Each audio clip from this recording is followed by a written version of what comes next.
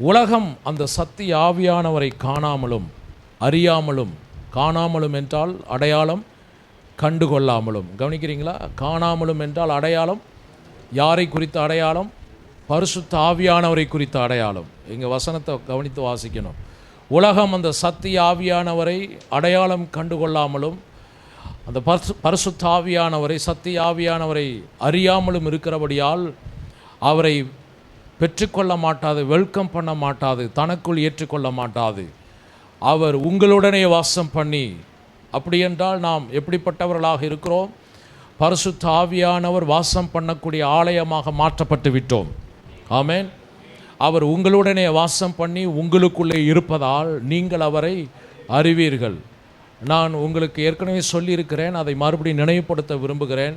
பரிசுத்த ஆவியானவர் ஒவ்வொருவருக்குள்ளும் அவர் பிரவேசித்திருக்கிறார். எப்படி என்றால், என்றைக்கு நாம் ரட்சிக்கப்பட்டோமோ அன்றைக்கே அவர் தம்முடைய ஆவியினால் நம்முடைய ஆவியை முத்தரித்திருக்கிறார். அப்படி என்றால், ஆவி என்று சொல்லும்போது ஆவியின் மனிதனை குறிக்கிறது. நம்முடைய ஆவியின் மனுஷனை பரிசுத்த ஆவியானவர் முத்தரித்திருக்கிறார். ஆனால் இரண்டாவது ஒரு நிலையை பார்க்கும்போது, இயேசு கிறிஸ்து சொன்ன வார்த்தை, யோவான் ஸ்நானகன் ஜலத்தினால் உங்களுக்கு ஞானஸ்நானம் கொடுத்தான். அப்போஸ்தலர் 1:4 வாசிக்கிறோம். சில நாளுக்குள்ளே நான் பரிசுத்த ஆவியினாலும் அக்கினியினாலும் ஞானஸ்நானம் கொடுப்பேன். இதையே இயேசு கிறிஸ்துவை குறித்து அப்போஸ்தலன் இதே வார்த்தையை யோவான் ஸ்நானகன் சொல்லியிருக்கிறார். ஆகினால் சில நாளுக்குள்ளே நீங்கள் பெற்றுக்கொள்வீர்கள், ஆகினால் எருசலேமை விட்டு எங்கும் போகாதிருங்கள் என்று சொன்னவர். பெந்தைகோஸ்தே நாளிலே அப்போஸ்தலர் 2 நாம் வாசிக்கும்போது முதல் வசனத்தில் அதனுடைய தொடர்ச்சியாய் பார்க்கும்போது அவர்கள் இந்த அனுபவத்திற்குள் வருகிறார்கள். எந்த அனுபவம்? பரிசுத்த ஆவியினால் நிரப்பப்படுகிற அனுபவத்திற்குள் வந்து விட்டார்கள். அப்போ முதல் சபை, அந்த சபையை நடத்தினவர்கள், இல்லை என்றால் சுவிசேஷத்தை அறிவித்தவர்கள், இல்லை என்றால் முதல் சபையின் அங்கத்தினராக முதல் எழுப்பப்பட்டவர்கள், அவர்கள் பரிசுத்த ஆவியினால் நிரப்பப்பட்டவர்களாக காணப்பட்டார்கள். Praise the Lord. பரிசுத்த ஆவியினால் நிரப்பப்பட்டு இருத்தல் என்பது நம்முடைய ஆவி, ஆத்மா, சரீரம் 3 பகுதியையும் பரிசுத்த ஆவியானவர் முழுவதுமாக கட்டுப்படுத்தி கண்ட்ரோல் பண்ணி நம்மை அவர் விரும்புகிறபடி நடத்துவது தான் பரிசுத்த ஆவியானவரால் நடத்தப்படுதல். Price the Lord. அப்போ பரிசுத்த ஆவியானவரால் நடத்தப்படுகிற, அதாவது பரிசுத்த ஆவியினால் நிரப்பப்பட்டு இருக்கிறவர்கள், அவர்களுடைய வாழ்க்கை என்பது பரிசுத்த ஆவியானவரை சரியாக அறிந்திருப்பார்கள். இன்றைக்கு இயேசு கிறிஸ்துவிடத்தில் இயேசுவின் நாமத்தில் பிதாவினிடத்தில் நாம் ஜெபிக்கிறோம், இயேசு கிறிஸ்துவின் நாமத்தை அறிக்கை பண்ணுகிறோம். ஆனால் இயேசு கிறிஸ்துவின் நாமத்தை பரிசுத்த ஆவியினாலே அன்றி வேறு ஒன்றினாலும் நாம் அறிக்கை பண்ணக்கூடாது என்று 1 கொரிந்தியர் 12 அந்த முதல் 2-3 வசனங்களில் வாசிக்கிறோம். அப்போ பரிசுத்த ஆவியானவர் மிகவும் முக்கியமானவர், உங்கள் வாழ்க்கையில் மிக மிக முக்கியமானவராக இருக்கிறார். இன்றைக்கு பரிசுத்த ஆவியானவரை குறித்து பலவிதமான செய்திகளை மக்கள் கேட்டாலும், இன்றைக்கு நாம் கூடி வந்திருக்கிற இந்த இடத்துல நமக்கு தேவ ஆவியானவர் கொடுத்திருக்கிற அந்த வெளிச்சம், விளக்கம் மிகவும் முக்கியம். Price the Lord. ஆகினால் தேவ ஜனங்கள் நம்முடைய சிந்தையை சார்ந்து, அறிவை சார்ந்து, உணர்வுகளை சார்ந்து இந்த பூமியிலே நாம் வாழும்படி நாம் பிறந்திருந்தாலும், கவனிக்க வேண்டும், வாழும்படியான ஒரு சூழ்நிலையில் இருந்தாலும் இயற்கைக்கு அப்பாற்பட்ட ஒரு காரியத்தை தேவன் நமக்குள் செய்து கொண்டிருக்கிறார். அந்த இயற்கைக்கு அப்பாற்பட்ட காரியம், நம்மால் விளங்க முடியாத, விவரிக்க முடியாத அந்த காரியம் என்னவென்றால், முதலாவது ரட்சிப்பு உண்டானது. அந்த ரட்சிப்பின் அந்த அனுபவம், அந்த துவக்கம், அது தேவனோடு இணைக்கப்பட்ட ஒரு வாழ்வாக இருக்கிறது. ரட்சிப்பு என்பதே தேவனோடு இணைக்கப்பட்ட ஒரு வாழ்வு. ரட்சிப்பு என்பதே மறுபிறப்பின் வாழ்வு. மறுபிறப்பு வாழ்வு என்றால் ஆதாம் இழந்து போனதை திரும்ப நாம் பெற்றுக்கொண்ட வாழ்வு. ஆதாம் முதலாவது எதை இழந்து போனான் என்றால் தேவ பிரசன்னத்தை இழந்து போனான். ஆதாம் எதை இழந்து போனான் என்றால் தேவனிடத்தில் நேரடியாக பேசக்கூடிய அந்த உறவை அவன் இழந்து போனான். ஆதாம் எதை இழந்து போனான் என்றால் பரிபூர்ணமான வாழ்வை இழந்து போனான். ஆதாம் எதை இழந்து போனான் என்றால் ஆவியில் தேவனோடு உறவாடுகிற அந்த வாழ்வை, ஆவியின் வாழ்வை அவன் இழந்து போனான். Price the Lord. ஆனால் இன்றைக்கு கிறிஸ்து இயேசுவின் மூலம் உயிர்ப்பிக்கிற ஆவியாகிய கிறிஸ்து இயேசுவின் மூலமாய் இன்றைக்கு நீங்களும் நானும் பிதாவோடு இணைக்கப்பட்டு விட்டோம். கொலோசியர் 1:20 வாசிக்கும் போது, இயேசு கிறிஸ்துவின் இரத்தத்தினால் நாம் சமாதானத்தின் உடன்படிக்கைக்குள் இருக்கிறோம். யாராவது ஒருவர் வாசிக்கலாம். கொலோசியர் 1:20.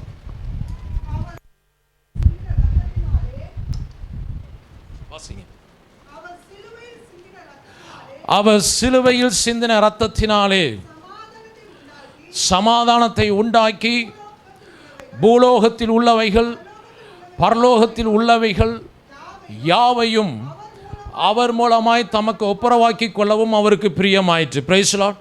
சிலுவையில் சிந்தின இரத்தத்தினாலே, சொல்லுங்களேன், சிலுவையில் சிந்தின இரத்தத்தினாலே சமாதானத்தை எனக்கு உண்டாக்கி பூமியில் இருக்கிற என்னை பிதாவோடு கூட ஒப்புரவாக்கும்படி தேவன் இயேசு கிறிஸ்துவை எனக்காக சிலுவையில் ஒப்பு கொடுத்தார்.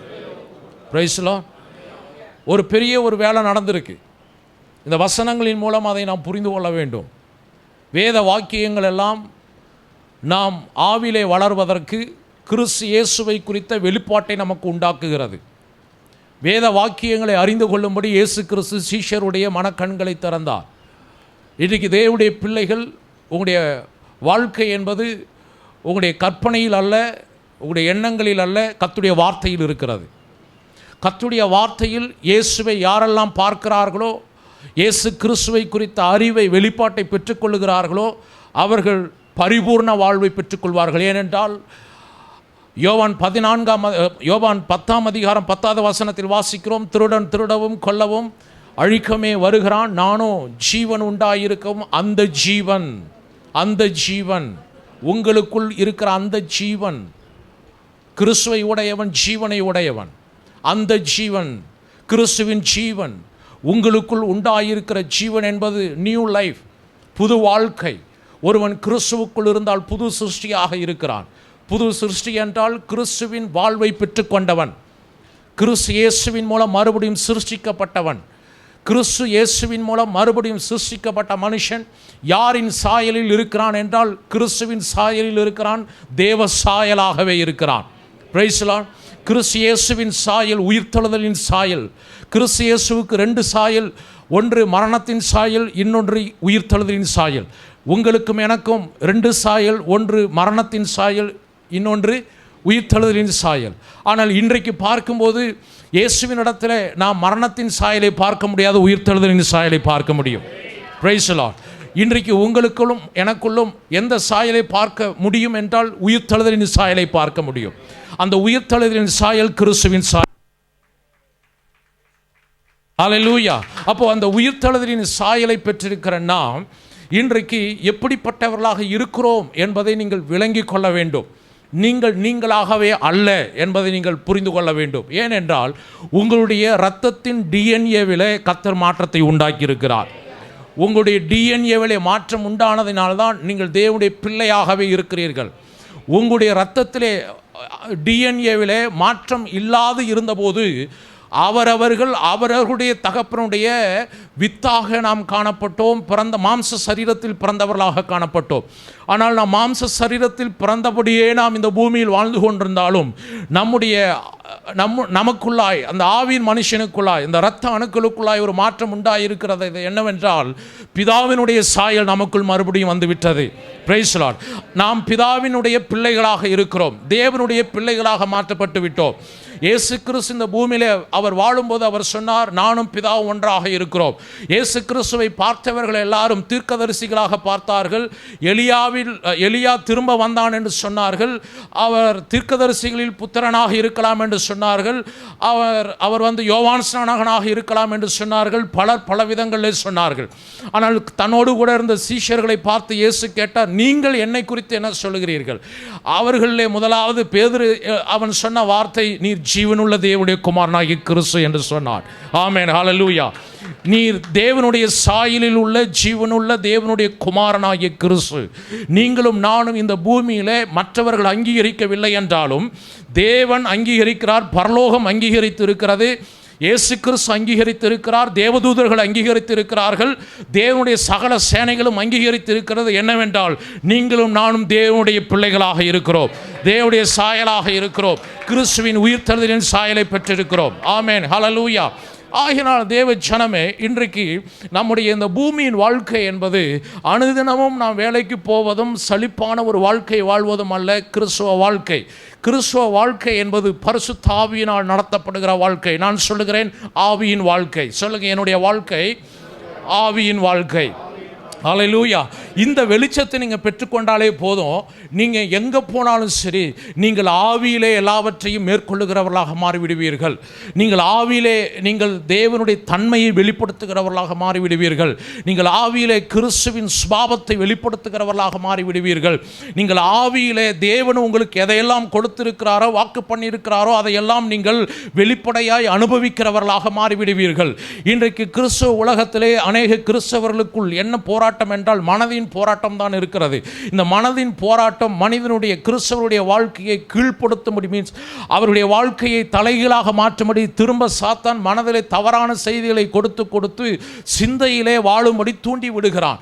ஆகினால் தேவச்சனமே, பரிசுத்த ஆவியானவர் என்ன செய்கிறார் என்றால், மனதிலே வாழும்படி நம்மை அழைக்கவில்லை, ஆவியிலே வாழும்படி அவர் நமக்கு நம்முடைய ஆவியோடு கூட இணைந்து நமக்கு எல்லா வகையிலும் உதவி செய்கிறவராக இருக்கிறார், கற்றுக் கொடுக்கிறவராக இருக்கிறார், வழிகளை காண்பிக்கிறவராக இருக்கிறார், நாம் என்ன பேச வேண்டும் என்பதை நமக்கு சொல்லிக் கொடுக்கிறவராக இருக்கிறார். அவர் நமக்குள்ளாகவே இருந்து நமக்கு எல்லா வகையிலும் உதவி செய்கிறவராக இருக்கிறார். அவர் உதவியாளராக இருக்கிறார். Amen, praise the Lord. ஆகினால் உங்களுக்குள் இருக்கிற அந்த சத்திய ஆவியானவரை நீங்கள் அடையாளம் கண்டு கொள்ளுங்கள். உங்களுக்குள் இருக்கிற சத்திய ஆவியானவரை பற்றிய அறிவை பெற்றுக் கொள்ளுங்கள். நீங்கள் அவரை அறிந்து கொள்வீர்கள் என்றால் உங்களுக்கு வெளிப்பாடு சாதாரணமாக உண்டாகும். வெளிப்பாடு என்று சொல்லும் பொழுது இயேசு கிறிஸ்துவை குறித்த வெளிப்பாடு உங்களுக்கு உண்டாகும். யோவான் 17ஆம் அதிகாரத்தில் 1வது வசனத்திலே தொடர்ந்து நாம் வாசிக்கும் பொழுது இயேசு கிறிஸ்துடைய ஜெபத்தை குறித்து வாசிக்கிறோம். அதில் குறிப்பாய், ஒன்றான மெய்தேவனாகி உம்மையும் நீர் அனுப்பினவராகி இயேசு கிறிஸ்துவையும் அறிவதே நித்திய ஜீவன் என்று நாம் வாசிக்கிறோம். கவனிங்க, நம்ம வாழ்க்கையிலே நாம் கற்றுக்கொள்ள வேண்டிய மிகவும் முக்கியமான சத்தியம் என்னவென்றால், செய்தி என்னவென்றால், தேவனையும் கர்த்தராகிய இயேசு கிறிஸ்துவையும் அறிந்து கொள்வதற்காக தான் தேவன் சபையில் நம்மை கொண்டு வந்து வைத்திருக்கிறார். சபை என்பது நம்முடைய உணர்ச்சிகளை வெளிப்படுத்துகிற இடமல்ல, நாம் கூச்சல் போட்டு கத்தி அங்கு எங்கும் ஓடுகிற இடமல்ல. சபை என்பது ஆவியானுடைய பிரசன்னத்திலே நாம் கிறிஸ்துவை பற்றிய வெளிப்பாட்டையும் அறிவையும், தேவனை பற்றிய வெளிப்பாட்டையும் அறிவையும் பெற்றுக்கொள்ளும்படி கர்த்தருடைய ஆவியானவர் கற்றுக் கொடுக்கிற ஒரு ஸ்தலமாக இருக்கிறது. ஆகையால் இங்கு கற்றுக்கொள்ளுகிற நாம் உங்களுடைய வீடுகளிலே போய், அவரவர்களுடைய வீடுகளிலே போய், அவர்களுடைய தனிப்பட்ட வாழ்க்கையிலே சூழ்நிலைகளை நீங்கள் கற்றுக்கொள்வதற்கு ஏதுவாக மாற்றிக்கொள்ள வேண்டும், பயன்படுத்திக் கொள்ள வேண்டும். உங்களுடைய சூழ்நிலைகள் எதுவாக இருந்தாலும் சரி, எப்பொழுதுமே இந்த உலகத்தில் இருக்கிற நமக்கு பாடுகள் உண்டு, போராட்டங்கள் உண்டு. நாம் விரும்புகிற காரியங்களுக்கு ஏற்றார் போல சூழ்நிலைகள் இருப்பதில்லை. ஆனால் ஒன்று நிச்சயம், நீங்கள் அந்த சூழ்நிலைகளை நீங்கள் சாதகமாக மாற்றிக்கொள்ள முடியும். நீங்கள் விரும்புகிறதற்கு ஏற்ற சூழ்நிலையாக நீங்கள் ஏற்படுத்திக் கொள்ள முடியும். ஏனென்றால் வானத்திலும் பூமியிலும் சகல அதிகாரம் கொடுக்கப்பட்டிருக்கிறது. நீங்கள் புறப்பட்டு போய் சகல ஜாதிகளையும் சீஷராக்கி என்று சொன்ன இயேசு கிறிஸ்துவுடைய வார்த்தையை நாம் நினைத்து பார்க்கும்போது, வானத்திலும் பூமியிலும் சகல அதிகாரம் அவருக்கு கொடுக்கப்பட்டிருந்தாலும் சீஷர்களுக்கு அதிகாரத்தை கொடுக்கிறார். நீங்கள் உலகம் முழுவதும் போய் சகல ஜாதிகளையும் சீஷராக்குங்கள். அப்படி என்றால் உலகத்தில் இருக்கிற மக்கள் எப்படிப்பட்டவர்களாக இருக்கிறார்கள்? கட்டப்பட்டவர்களாக இருக்கிறார்கள், மரித்தவர்களாக இருக்கிறார்கள், இருளில் உள்ளவர்களாக இருக்கிறார்கள், தரித்திரத்தில் இருக்கிறார்கள், சாபத்தில் இருக்கிறார்கள், தேவனை அறியாத அவர்கள் பிசாசினுடைய இருளுக்குள் அவர்கள் மூழ்கி இருக்கிறார்கள். ஆகையினால் இப்படிப்பட்ட மக்களிடத்தில் போய் நீங்கள் நான் உங்களுக்கு கொடுத்த அதிகாரத்தை பயன்படுத்துங்கள் என்று சொன்னார். அந்த அதிகாரம் எங்கு இருக்கிறது என்றால் இயேசுவின் நாமத்தில் இருக்கிறது. Price the Lord. இயேசுவின் நாமத்தில் நாம் சொல்லும் பொழுது கண்கள் திறக்கப்படுகிறது. இன்றைக்கு கிறிஸ்தவர்களாகிய நம்முடைய கண்கள் திறக்கப்பட வேண்டும். நாம் கண்கள் இருந்தும், பார்க்கும்படியான கண்கள் உடையவர்களாக இருந்தும், தேவனை அறியும்படிக்கு பார்க்கும்படிக்கு நம்மால் முடியவில்லை என்றால் ஒரு வகையிலே நாமும் குருடர்களாக தான் இருக்கிறோம். நம்முடைய கண்கள் திறக்கப்பட வேண்டும். பவுல் தன்னுடைய நிருபங்களை எழுதும் பொழுது நம்முடைய மனக்கண்கள் திறக்கப்பட வேண்டும் என்று எழுதுகிறார். ஏனென்றால் மிக மிக முக்கியம், மனது மிக முக்கியம். மனது தான் உங்களுடைய வாழ்க்கையின் மைய பகுதியாக இருக்கிறது. உங்களுடைய எண்ணங்களின்படி நீங்கள் வாழ்க்கை நடத்துவதற்கு உங்களுடைய மனதை பயன்படுத்துகிறீர்கள். ஆகினால் உங்களுடைய மனதிலே நீங்கள் நினைக்கிற எண்ணங்களின்படி நீங்கள் வாழ்க்கையை கட்ட முயற்சிப்பீர்கள் என்றால் அது உங்களை தவறான பாதைக்கு கொண்டு போய்விடும். நீங்கள் நிறைய விஷயங்களை இழந்து விடுவீர்கள். தேவனுடைய வாக்குத்தத்தத்தை நிறைவேறுதலுக்குள் நீங்கள் வர முடியாது. ஆனால் உங்களுடைய சிந்தை கிறிஸ்துவின் சிந்தையில் சிந்தையில் செயல்பட வேண்டும் என்றால், அப்படி என்றால் பரிசுத்த ஆவியானவர் நம்முடைய சிந்தையை கிறிஸ்துவின் வெளிப்பாட்டை நாம் பெற்றுக்கொள்ள உதவி செய்யும் பொழுது, அவரை அறிகிற அறிவை அறிந்து கொள்வதற்கு நம்முடைய மனதை அவர் டியூன் பண்ணும் பொழுது நாம் எப்படிப்பட்டவர்களாய் மாறிவிடுகிறோம்? தேவன் சிந்திக்கிற விதமாய் சிந்திக்க ஆரம்பிப்போம். தேவனுடைய சிந்தையை அறிந்தவன் யார்? எங்களுக்கோ கிறிஸ்துவின் சிந்தை உண்டாயிருக்கிறது என்று பவுல் 1 கொரிந்தியர் 2ஆம் அதிகாரத்தில் எழுதுகிறார். அதனுடைய அர்த்தம் என்னவென்றால், கிறிஸ்துவின் சிந்தை எப்படி நமக்கு வருகிறது? நாங்களோ உலகத்தின் ஆவியை பெறாமல் தேவனிடத்திலிருந்து புறப்பட்டு வந்த ஆவியை பெற்றிருக்கிறோம் என்று எழுதுகிறார். பிரைஸ் தி லார்ட், ஹல்லேலூயா, ஆமென், ஹல்லேலூயா. ஆகினால் கிறிஸ்துவின் ஆவியை உடையவர்கள், இயேசுவின் உயிர்த்தெழுதலின் ஆவியை உடையவர்கள் கிறிஸ்துவின் சிந்தையை பெற்றுக்கொள்ளுகிறார்கள். கிறிஸ்துவின் சிந்தையை தேவ ஆவியானவர் நன்றாக அறிந்திருக்கிறார்.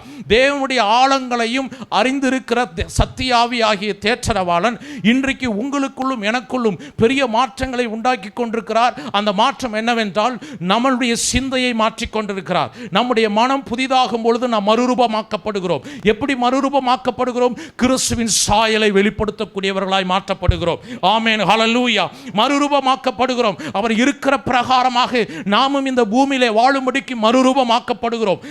அப்படி என்றால் சபையில் இருக்கிற தேவனுடைய பிள்ளைகள், நீங்கள் உங்களுடைய மனதை கர்த்தருடைய சத்தியத்தினாலே நீங்கள் மறுரூபமாக்கப்படுவதற்கு தேவ ஆவியானவருக்கு நீங்கள் இடம் கொடுங்கள். நீங்கள் வசனத்தை வாசிக்கும் பொழுது, வசனங்களை கேட்கும் பொழுது, செய்தியை கேட்கும் பொழுது உங்களுடைய மனதிலே நீங்கள் பல கவலைகளை வைத்துக்கொண்டு, பிரச்சனைகளை வைத்துக்கொண்டு, உங்களுடைய மனதை பாதிக்க செய்த காரியங்களை, சம்பவங்களை உங்களுடைய மனதிலே வைத்துக்கொண்டு கர்த்தருடைய வார்த்தையை கேட்பீர்கள் என்றால் நீங்கள் உலகத்தாராக இருக்கிறீர்கள்.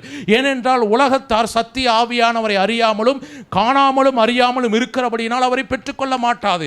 அப்போ உலகத்தார் யார் என்றால், ரட்சிக்கப்பட்டிருந்தாலும் உலக சிந்தையில் இருக்கிறவர்கள் யார் என்றால், தன்னுடைய சிந்தையில் தன்னுடைய பிரச்சனையை சுமந்து கொண்டே கர்த்தருடைய வார்த்தையை கேட்கிறவர்கள். அவர்கள் உலக சிந்தையில் உலக வாழ்க்கையின் உலக வழிபாடுகளின்படி வாழ்கிறவர்கள். ஆனால் சத்திய வசனத்தின்படி வாழ்கிறவர்கள், ஆவியிலே வாழ்கிறவர்கள், கர்த்தருடைய ஆவியானவருடைய உதவியோடு செயல்படுகிறவர்கள் எப்படிப்பட்டவர்கள் என்றால், தன்னுடைய மனதை, தன்னுடைய ஆவியை, அதாவது இருதயத்தை திறந்து கொடுத்து, தேவரீர் உம்முடைய வார்த்தைகள் இருதயத்தில் ஆழமாய் விதைக்கப்படட்டும் என்று பண்படுத்தப்பட்ட நல்ல நிலமாக வந்து உட்கார்ந்து இருப்பார்கள். Price the Lord. நல்ல நிலத்தில் விதைக்கப்பட்ட விதை 30, 60, 100 பலன் கொடுக்கிறது. ஆனால் நான் உங்களுக்கு சொல்கிறேன், 30% அல்ல, 60% அல்ல, 100% பலனை கர்த்தர் உங்களுக்கு வைத்திருக்கிறார். ஈசாக்கு விதை விதைத்தான். அந்த வருஷத்தில் கர்த்தர் அவனை ஆசீர்வதித்தபடினால் அந்த வருஷத்தில் அவன் 100 மடங்கு பலனை பெற்றான், அறுவடையை பெற்றான். அவன் கிணறை வெட்டினான், நீரூற்றுகள் சுரந்தது. கிணறை வெட்டினான், நீரூற்றுகள் சுரந்த பொழுது அவனுடைய சத்துருக்கள் அவனுக்கு எதிராக எழும்பி வந்தார்கள், விட்டு கொடுத்தான். பிறகு ஒரு கிணறை வெட்டினான், சத்துருக்கள் எழும்பி வந்தார்கள், விட்டு கொடுத்தான். ஆனால் கர்த்தர் அவனை நிரந்தரமாய் ஆசீர்வதித்திருக்கிறார் என்பதற்கு அடையாளமாய் அவன் ரெகோபோத் என்று பெயர் சொல்லி, கர்த்தர் இப்பொழுது பெருகும்படிக்கு இடம் உண்டாக்கினார் என்று சொல்லி அவன் கிணறை வெட்டின பொழுது சத்துருக்கள் அவனிடத்தில் வரவே இல்லை. Price the Lord. கரங்களை தட்டலாம். Price the Lord. ஆகையினால் நீங்கள் கையிட்டு செய்கிற எல்லாவற்றிலும் தேவ ஆவியானவருடைய பங்கானது 100% இருக்கிறது என்பதை புரிந்து கொள்ளுங்கள். யாருக்கு கர்த்தருடைய ஆவியானவருடைய செயல் அதிகமாய் வெளிப்படும் என்றால், கர்த்தருடைய சிந்தையில் செயல்படுகிறவர்கள். நான் உங்களுக்கு சொல்லுகிறேன், கர்த்தருடைய சிந்தையில் செயல்படுவதற்கு நமக்கு கிறிஸ்துவை குறித்த வார்த்தைகளின் வெளிச்சம் நமக்கு தேவை. இயேசு கிறிஸ்து சொன்னார், இந்த உலகத்திலே இருளில் இருக்கிற ஜனங்கள் பெரிய வெளிச்சத்தை கண்டார்கள் என்று சொன்னார். ஆமென், ஹல்லேலூயா. ஏசாயா தீர்க்கதரிசி புத்தகத்தில் 58ஆம் அதிகாரம் 1ஆம் வசனத்தில் நான் வாசிக்கலாம். 58ஆம் அதிகாரம், ஏசாயா 60வது அதிகாரம் 1வது வசனம். எழும்பி பிரகாசி, உன் ஒளி வந்தது, கர்த்தருடைய மகிமை உன்மேல் உதித்தது. எழும்பி பிரகாசி, எழும்பி பிரகாசி. அதோடைய அர்த்தம் என்னவென்றால், கவனிங்கள், இஸ்ரவேல் மக்கள் அவர்கள் இருளில் வாழ்ந்தார்கள். எப்படி என்றால், எப்படிப்பட்ட இருள்? அவர்கள் அந்நிய தேசத்திலே போய் அடிமைப்பட்டவர்களாக இருந்தார்கள். அடிமைப்பட்டிருந்த இந்த மக்களுக்கு அவர்களை எழுப்பும்படிக்கு அவர்களுக்கு கர்த்தர் கொடுத்த அந்த வாக்குத்தத்தங்கள், ஆபிரகாமுடைய உடன்படிக்கை, இவைகளை நினைவுபடுத்தி அவர்களை உற்சாகப்படுத்தும்படி அவர்களுடைய நிலையை அவர்கள் மாற்றிக்கொள்வதற்கு, தேவனை தேடுவதற்குரிய இருதயம் அவர்களுக்கு உண்டாவதற்காக இந்த தீர்க்கதரிசி மோசேயை கொண்டு கர்த்தருடைய ஆவியானவர் சொன்ன வார்த்தை என்னவென்றால், எழும்பி பிரகாசி, உன் ஒளி வந்தது. Price the Lord. உன் ஒளி வந்தது என்று இங்கே வாசிக்கிறோம். இந்த வார்த்தையை கேட்கிற உங்களை பார்த்து இந்த வார்த்தை உங்களிடத்தில் வந்து சேர்கிறது. எப்படி என்றால், எழும்பி பிரகாசி, உன் ஒளி வந்தது. Price the Lord. யாரின் மேல் ஒளி வந்தது, யாரின் மேல் அந்த வெளிச்சம் வந்தது என்றால், இருளில் இருக்கிற மக்களுக்கு. அப்ப இஸ்ரவேல் மக்கள் எப்படிப்பட்டவர்களாக இருந்தார்கள்? தேவனை அறியாதவர்களாக, தேவனுடைய பிள்ளைகள் என்று சொல்லிக் கொண்டிருந்தாலும் தேவனை அறியாதவர்களாக, தேவனுடைய செயலை, தேவனுடைய வாக்குத்தத்தங்களை, உடன்படிக்கையை விளங்கிக் கொள்ளாதவர்களாய், அந்நிய மக்களோடு கூட ஒன்றாக கலந்து, அந்நிய ஜாதிகளோடு ஒன்றாக இணைந்து இவர்கள் என்ன செய்தார்கள்? தேவனுடைய மகத்துவங்களை புரட்டி போட முயற்சித்தார்கள். ஆனால் தேவன் இருக்கிறவராகவே இருக்கிறார். ஆமென். Praise the Lord. மோசே கர்த்தர் சொன்னார், நான் இருக்கிறவராகவே இருக்கிறேன் என்று சொன்னார். Praise the Lord. கரங்களை தட்டலாம். ஹல்லேலூயா. இருக்கிறவராகவே இருக்கிறவர், வாக்கு மாறாதவர். அவருடைய திட்டங்களை, செயல்களை நாம் புரிந்து கொள்ள வேண்டும் என்றால் பரிசுத்த ஆவியானவர் நமக்கு மிக மிக முக்கியம். Price the Lord. பரிசுத்த ஆவியானவரை புரிந்து கொள்ளாதவர்கள் வேத வசனங்களை எத்தனை முறை நீங்கள் வாசித்தாலும் அதனுடைய ஆழங்களுக்குள் செல்லவே முடியாது. ஏனென்றால் நான் மறுபடியும் நினைவுபடுத்துகிறேன், தேவனுடைய ஆழங்களை அறிந்தவர் ஒருவர், பரிசுத்த ஆவியானவர் மட்டுமே. பரிசுத்த ஆவியானவர் எனக்குள் இருக்கிறார் என்பதற்கு ஒரு அடையாளம் தான் அந்நிய பாஷைகளை பேசுகிறோம். அந்நிய பாஷை பேசிவிட்டால் அவர்கள் பரிசுத்த ஆவியினால் நடத்தப்படுகிறார்கள் என்று அர்த்தமல்ல. அந்நிய பாஷை பேசிக்கொண்டே இருந்தால் அவர்கள் ஆவியில் நிரம்பிக் கொண்டே இருக்கிறார்கள் என்று அர்த்தமல்ல. அந்நிய பாஷை என்பது நீங்கள் அபிஷேகம் பெற்றிருக்கிறீர்கள், பரிசுத்த ஆவியானவர் உங்களுக்குள் இருக்கிறார் என்பதற்கு ஒரு அடையாளமான வரமே ஒழிய, ஆனால் அந்த அனுபவம் தான் உங்களை எல்லாம் நடத்துகிறது என்று நீங்கள் நினைக்க வேண்டாம். அப்படி என்றால் நாம் வசனத்தை வாசிக்க வேண்டிய அவசியம் இல்லாமல் போய்விடும், செய்தி கேட்க வேண்டிய அவசியம் இல்லாமல் போய்விடும். அவரவர்கள் அவருடைய வீட்டிலே உட்கார்ந்து அந்நிய பாஷை பேசிக்கொண்டே இருக்க வேண்டியதான். அந்நிய பாஷை பேசுகிறவன் தேவனுடைய ரகசியங்களை பேசுகிறான். அவன் தனக்கே பக்தி விருத்தி உண்டாக பேசுகிறான். தான் பேசுகிறது இன்னதென்று அறியாமல் இருந்தாலும் அவன் தனக்கே பக்தி விருத்தி உண்டாக பேசுகிறபடினால் அவன் மனுஷனிடத்தில் அல்ல, தூதர்கள் அல்ல, அவன் தேவனிடத்தில் பேசிக்கொண்டே இருக்கிறான். Price the Lord. அந்நிய பாஷை பேசுவது மிக மிக முக்கியம். ஏனென்றால் அதை குறித்து வருகிற நாட்களை நாம் பார்க்கலாம். ஆகையால் தேவ ஜனங்கள் நீங்கள் புரிந்து கொள்ள வேண்டும், பரிசுத்த ஆவியானவரால் நிரம்பி இருத்தல் என்பது தேவ ஆவியானவர் நம்முடைய ஆவி, ஆத்மா, சரீரம் மூன்றையுமே அவர் ஆளுகைக்கு விட்டு கொடுப்பதுதான். ஆமென். ஹல்லேலூயா. அதனால தேவச்சனம் இங்கே வாசிக்கிறோம், எழும்பி பிரகாசி, உன் ஒளி வந்தது, கர்த்தருடைய மகிமை உன்மேல் உதித்தது. இதோ இருள் பூமியையும் காருள் ஜனங்களையும் மூடும், ஆனாலும் உன்மேல் கர்த்தர் உதிப்பார், அவருடைய மகிமை உன்மேல் காணப்படும். அதனுடைய அர்த்தம் என்னவென்றால், கர்த்தருடைய வார்த்தையின் வெளிப்பாடு பெற்றுக்கொள்ளுகிறவர்கள், அறிவை பெற்றுக்கொள்ளுகிறவர்கள் அவருடைய வெளிச்சத்திலே நடக்கிறார்கள். கர்த்தருடைய வசனம் கால்களுக்கு தீபமாயும் பாதைக்கு வெளிச்சமாகவும் இருக்கிறது. வசனத்தின் வெளிப்பாடு, கிறிஸ்துவை குறித்த அறிவு யாருக்கெல்லாம் உண்டாகிறதோ அவர்கள் மேல் கர்த்தருடைய மகிமை தங்கி இருக்கிறது. மோசே சீனாய் மலையில் போய் தேவனோடு அவன் நேரங்களை செலவு செய்தான். அவன் திரும்ப இறங்கி வரும் பொழுது அவனுடைய முகமானது அதிகமாய் பிரகாசித்தது. மனுஷனுடைய மாம்ச கண்களினால் பார்க்க முடியாதபடிக்கு கர்த்தருடைய மகிமை அவனை முழுவதுமாக மூடியிருந்தது. ஆகினால் மோசேயை பார்த்து ஜனங்கள் சொன்னார்கள், மோசே உன்னுடைய முகத்தை முக்காடிட்டுக் கொள்ளும், நாங்கள் உன்னுடைய முகத்தை பார்க்க முடியவில்லை. அவருடைய அர்த்தம் என்னவென்றால், அவன் கர்த்தருடைய சத்தத்தை கேட்டுக்கொண்டே இருந்தான். கர்த்தருடைய மகிமையிலே அவன் பிரவேசித்து கர்த்தருடைய சத்தத்தை மாத்திரம் கேட்டுக்கொண்டிருந்தான். ஆனால் அவனுடைய இருதயத்தில் என்ன ஆசை இருந்தது என்றால், ஆண்டவரே, நான் உம்மை பார்க்க வேண்டும் என்று விரும்பினான். நான் உம்முடைய சாயலை பார்க்க வேண்டும், உம்மை நான் பார்க்க வேண்டும். கர்த்தர் சொன்னார், ஒரு மனுஷனும் என்னை பார்த்து உயிரோடு இருந்தது இல்லை, இருக்க முடியாத. ஆகையினால் நான் கடந்து போகும் பொழுது என் நிழலை பார் என்று சொன்னார். கர்த்தருடைய நிழலை பார்த்து அந்த மனுஷனுடைய வாழ்க்கை மாற்றப்பட்டது. தேவஜனமே கவனியுங்கள், இயேசு கிறிஸ்து அவர் மாம்ச சரீரத்தில் வாழ்ந்த பொழுது அநேகர் அவரை தொட்டார்கள், அநேகர் அவரிடத்தில் வந்து சாப்பிட்டார்கள், அவருடைய பிரசன்னத்தை உணர்ந்தார்கள், வல்லமையை உணர்ந்தார்கள். ஆனால் வெளிப்படுத்துதல் 1 யோவான் 1 அதிகாரத்தில் நாம் வாசிக்கிறோம். அந்த வசனங்களை நாம் வாசிக்கலாம். அல்லேலூயா. கர்த்தர் நல்லவர். 1 வசனத்திலிருந்து 1 யோவான் 1 அதிகாரம் 1வது வசனம். ஆதி முதல் இருந்ததும், நாங்கள் கேட்டதும், எங்கள் கண்களினாலே கண்டதும், நாங்கள் நோக்கி பார்த்ததும், எங்கள் கைகளினாலே தொட்டதுமாயிருக்கிற ஜீவ வார்த்தையை குறித்து உங்களுக்கு அறிவிக்கிறோம். கவனிங்கள், இதிலே அப்போஸ்தலனாகிய யோவான் எழுதுகிறார், இயேசு கிறிஸ்துவோடு மிக நெருக்கமான உறவு எங்களுக்கு இருந்தது. அந்த ஜீவ வார்த்தையை நாங்கள் பார்த்தோம், தொட்டோம், நாங்கள் அந்த வார்த்தையோடு பேசினோம், அந்த வார்த்தையோடு நாங்கள் உறவாடினோம். அல்லேலூயா. அந்த வார்த்தையோடு நாங்கள் நடந்தோம். ஆனால் அந்த வார்த்தையை உங்களுக்கு நாங்கள் அறிவிக்கிறோம். சபைக்கு வார்த்தையை அனுப்பப்படுகிறது. அந்த வார்த்தை யார் என்றால் இயேசுவே. Price the Lord. அப்ப இயேசுவை குறித்த வார்த்தை நாம் இப்பொழுது தொடவில்லை, பார்க்கவில்லை. ஆனால் ஒன்று செய்கிறோம், அந்த வார்த்தையை நாம் உணர்கிறோம், அந்த வார்த்தையை பார்க்கிறோம். Price the Lord. எந்த வார்த்தை? கிறிஸ்துவின் வார்த்தை. கிறிஸ்துதான் வார்த்தை. அல்லேலூயா. கிறிஸ்துவை குறித்த வார்த்தை உங்களுடைய வாழ்வை மறுரூபமாக்கி கொண்டே இருக்கிறது. ஆகினால் மோசேயுடைய வாழ்க்கையிலே தேவனுடைய மகிமை பிரகாசித்தபடினால் அவனுடைய ஊழியமானது தேவ மகிமை நிறைந்த ஊழியமாக காணப்பட்டது. ஆனால் அப்போஸ்தலனாகிய பவுல் எழுதும் பொழுது 2 கொரிந்தியர் 3ஆம் அதிகாரத்திலே நாம் வாசிக்கிறோம், மோசேயுடைய ஊழியத்தை பார்க்கிறோம், நம்முடைய ஊழியமானது அது மிகுந்த மகிமை உள்ள ஒரு ஊழியம் என்று எழுதுகிறார். Praise the Lord. Hallelujah. Amen. நாம் வாசிக்கலாம், அந்த வசனத்தை வாசிக்கலாம். 2 கொரிந்தியர் 3ஆம் அதிகாரம் 7வது வசனம். எழுத்துக்களினால் எழுதப்பட்டு கற்களில் பதிந்திருந்த மரணத்துக்கு ஏதுவான ஊழியத்தை செய்த மோசேயுடைய முகத்திலே, மரணத்துக்கு ஏதுவான ஊழியத்தை செய்த மோசேயுடைய முகத்திலே மகிமை பிரகாசம் உண்டானபடியால் அவன் 10 கற்பனைகளை வாங்கி கொண்டு, தேவனுடைய கட்டளைகளை வாங்கி கொண்டு சீனாய் மலையிலிருந்து இறங்கி ஜனங்களுக்கு கொடுக்கும்படி வந்த பொழுது ஜனங்கள் தங்களை கெடுத்து கொண்டார்கள்.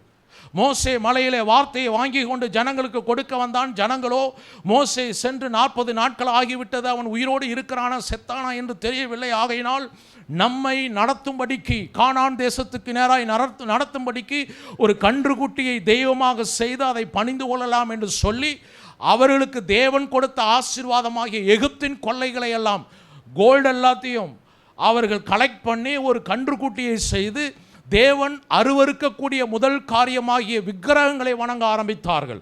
அதற்கு பலி செலுத்தினார்கள், தங்கள் சரீரத்தை கெடுத்து கொண்டார்கள். ஆகையினால் மோசே அவர்கள் மேல் கோபப்பட்டு, உக்கிர கோபப்பட்டு அவர்களை மரணத்திற்கு ஒப்பு கொடுத்தான். முதல் மரணம் 3000 பேர் மரித்து போனார்கள். கவனியுங்கள், இந்த ஊழியம் மரணத்துக்கு ஏதுவான ஊழியம், எழுத்துக்குரியதான இந்த ஊழியம், இந்த ஊழியத்தை செய்த மோசேயுடைய முகத்திலே மகிமை பிரகாசம் உண்டானபடியால் இஸ்ரவேல் புத்திரர் அவன் முகத்தை நோக்கி பார்க்க கூடாது இருந்தார்களே. கவனிக்க வேண்டும், ஒரே ஒரு விஷயம், மோசேயுடைய முகத்திலே மகிமை பிரகாசம் காணப்பட்டதற்கு காரணம் என்னவென்றால் அவன் தேவனுடைய சத்தத்தை கேட்டுக்கொண்டே இருந்தான். நீங்கள் என்ன செய்ய வேண்டும்? நான் என்ன செய்ய வேண்டும்? கர்த்தருடைய சத்தத்தை கேட்க வேண்டும், கர்த்தருடைய வார்த்தையை வாசிக்க வேண்டும், பரிசுத்த ஆவியானவர் சொல்லுகிற ரகசியங்களை புரிந்து கொள்ள வேண்டும். Price the Lord. நீங்கள் உங்களுடைய வீடுகளில் நீங்கள் தனிமையாக இருப்பதற்கு ஏன் தனிமையான ஒரு சூழ்நிலை உண்டாகிறது என்றால், நீங்கள் உங்கள் மனதில் தோன்றுகிறதை யோசிக்கவும் பேசவும் பார்க்கவும் அவைகளை நீங்கள் நேரங்களை செலவு செய்வதற்காக தனிமையை கர்த்தர் உண்டாக்கவில்லை. அந்த தனிமையான நேரங்களில் தேவனோடு நேரத்தை நீங்கள் செலவு செய்து பாருங்கள். ஆமென். ஹல்லேலூயா. சும்மா தானே இருக்கோம், வெட்டியாக தானே இருக்கிறோம், எதையாவது பண்ணலாம் அப்படின்னு உருப்படாமல் சில பிரச்சனைகள் வந்து, போராட்டம் வந்து, இப்படியெல்லாம் போய் சிக்கலில் மாட்டி, இதெல்லாம் அவசியம் இல்லாத ஒன்று. நீங்கள் நேரங்களை செலவு செய்து பாருங்கள். நீங்கள் தேவனோட நேரங்களை செலவு செய்ய உங்களுக்குள் இருக்கிற அந்த மகிமை, ஆவியானவருடைய அந்த மகிமையின் பிரசனம் உங்களுக்குள்ளாக இருந்து வெளிப்படுவதை நீங்கள் பார்க்க ஆரம்பிப்பீர்கள். ஆமென். ஹல்லேலூயா. ஆகினால் பவுல் தொடர்ந்து எழுதும் பொழுது, அதை கொரிந்திய புத்தகத்தில் அவர் எழுதுகிறார், நான் வாசிக்கலாம். ஹல்லேலூயா. 2 கொரிந்தியர் 4ஆம் அதிகாரம் 6வது வசனம். இருளிலிருந்து வெளிச்சத்தை பிரகாசிக்க சொன்ன தேவன், எழும்பி பிரகாசி உன் ஒளி வந்தது. அதனுடைய அர்த்தம் என்ன? தேவனை பற்றிய, கிறிஸ்துவை பற்றிய அறிவு வரும்பொழுது நாம் வெளிச்சத்தில் வாழ்கிறவர்களாக இருக்கிறோம். உங்களுடைய ஒளி வந்துவிட்டது. 2000 வருஷங்கள் ஆகிவிட்டது. இப்பொழுது கர்த்தராகிய இயேசு கிறிஸ்துவை குறித்த சத்தியத்தை கேட்க கேட்க நீங்கள் வெளிச்சத்தில் நடக்கிறவர்களாக இருப்பீர்கள். ஆமென். நான் வாசித்த அந்த வசனம் மறுபடியும் வாசிக்கலாம். இருளில் இருந்து வெளிச்சத்தை பிரகாசிக்க சொன்ன தேவன் இயேசு கிறிஸ்துவின் முகத்தில் உள்ள தமது மகிமையின் அறிவாகிய ஒளியை, தமது மகிமையின் அறிவாகிய ஒளி, சொல்லுங்க, இயேசு கிறிஸ்துவின் மகிமையின் அறிவாகிய ஒளியை என் இருதயத்தில் உண்டாகும்படிக்கு அவர் தன் வார்த்தையை எனக்குள் அனுப்பி கொண்டே இருக்கிறார். ஆமென். Praise the Lord. அப்போ வார்த்தை என்ன செய்கிறது? வெளிச்சத்தை உண்டாக்குகிறது. வெளிச்சம் என்று சொல்லும் பொழுது இந்த உலகம் நமக்கு எதிராக செயல்படக்கூடியது. இந்த உலகம் இருளில் நிறைந்த ஒரு உலகம். ஆகினால தான் நாம் ஏசாயா 60வது அதிகாரத்தில் வாசிக்கலாம். 1ஆம் வசனம் 2ஆம் வசனம். எழும்பி பிரகாசி, உன் ஒளி வந்தது, கர்த்தருடைய மகிமை உன்மேல் உதித்தது. இதோ இருள் பூமியையும் காரிருள் ஜனங்களை மூடும். இருள் பூமியையும் காரிருள் ஜனங்களை மூடும். அடுத்து வாசிக்கிறோம், ஆனாலும் உன்மேல் கர்த்தர் உதிப்பார். ஆமென், பிரைஸ் தி லார்ட். உன்மேல் கர்த்தர் உதிப்பார். சபையே கவனியுங்கள், இன்றைக்கு கர்த்தர் உன்மேல் உதித்து கொண்டிருக்கிறார். ஆமென். நடுப்பகல் வரையிலும் அதிகமாய் பிரகாசிக்கிற சூரிய பிரகாசத்தை போல யார் இருப்பார் என்று வேதம் சொல்கிறது? நீதிமான் இருப்பான். ஆமென், ஹல்லேலூயா. நீங்கள் நீதிமான்கள், கவனிக்கணும், நீங்கள் நீதிமான்கள் என்றால் நீங்கள் பிரகாசித்துக் கொண்டே இருப்பீர்கள். ஆமென், பிரைஸ் தி லார்ட். நீங்கள் எப்படி நீதிமான்களாக மாற்றப்பட்டீர்கள்? அவருடைய இரத்தத்தினாலே நீங்கள் நீதிமான்களாக மாற்றப்பட்டிருக்கிறீர்கள். அப்போ நீதிமான் எப்படிப்பட்டவனாக இருப்பான்? அதிகமாய் பிரகாசிக்கிற சூரிய வெளிச்சத்தை போல அவன் பிரகாசித்துக் கொண்டே இருப்பான். ஆமென், ஹல்லேலூயா.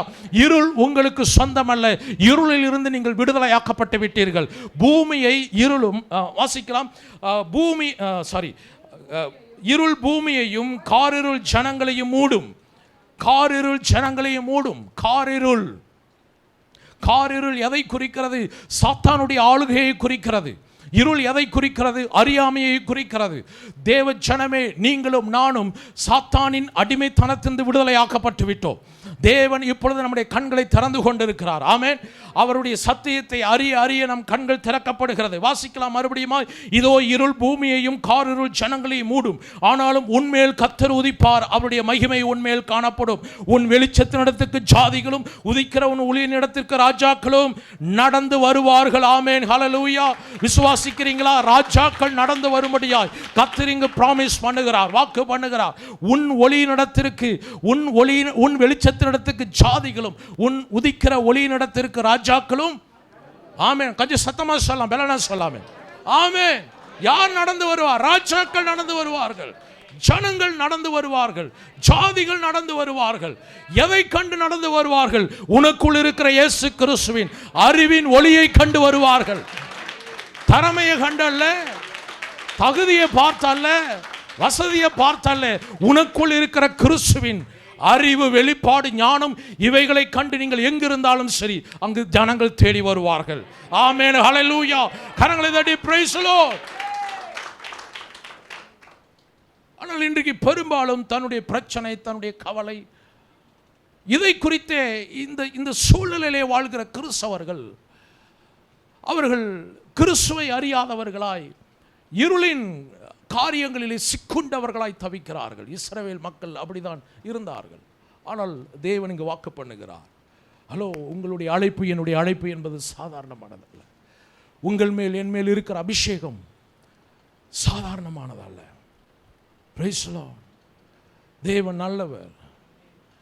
அவருடைய அழைப்பு எந்த ஒரு மனுஷனாலும் புரிந்து கொள்ள முடியாத வித்தியாசமான ஒரு அழைப்பு. அல்லேலூயா. தேவ ஜனங்கள், பரிசுத்த ஆவியினால் நாம் நடத்தப்பட வேண்டும். பரிசுத்த ஆவியானவர் தேவனை குறித்த அறிவையும் வெளிப்பாட்டையும், கிறிஸ்துவை குறித்த அறிவையும் வெளிப்பாட்டையும் நமக்கு கொடுக்கிறார்.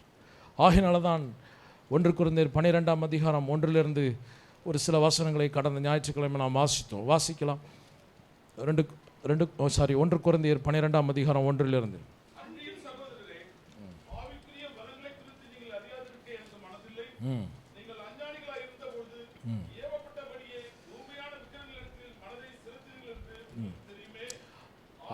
அஞ்ஞானிகளாய் இருந்தபோது ஏவப்பட்டபடியே. எது ஏவிச்சிங்க? ஏதோ ஒன்று ஏவிச்சு, இல்லை வேற ஒரு ஆவி ஏவிச்சு நடத்துச்சு. ஏவப்பட்டபடியே என்றால் நடத்தப்பட்டபடியே. ஊமையான விக்கிரகங்களிடத்தில் மனதை செலுத்தினீர்கள் என்று உங்களுக்கு தெரியுமே. நல்லாவே தெரியும், நம்ம எப்படி வாழ்ந்தோங்கிறது எல்லாருக்கும் தெரியும். அடுத்து வாசிக்கிறோம். ஆதலால் தேவனுடைய ஆவியினாலே பேசுகிற எவனும், தேவனுடைய ஆவியினாலே பேசுகிற எவனும், சொல்லுங்க, தேவனுடைய ஆவியினாலே பேசுகிற நான், தேவனுடைய ஆவியினாலே பேசுகிற நான். ஆமென்.